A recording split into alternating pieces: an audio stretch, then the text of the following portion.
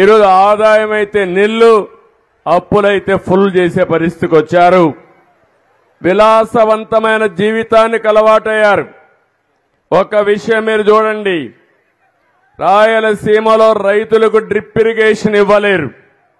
ఒక్క సాక్షి పేపర్కు 403 కోట్ల రూపాయలు అడ్వర్టైజ్మెంట్కి ఇచ్చుకున్నారు. ఎవడబ్బా సొమ్మని అడుగుతున్నా మీ ద్వారా ఆనాటి ప్రభుత్వాన్ని.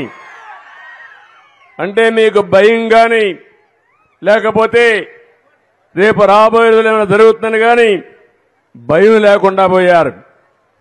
మనకు రోడ్లు వేయలేరు, ఇక్కడ రిజర్వాయర్లు కట్టలేరు.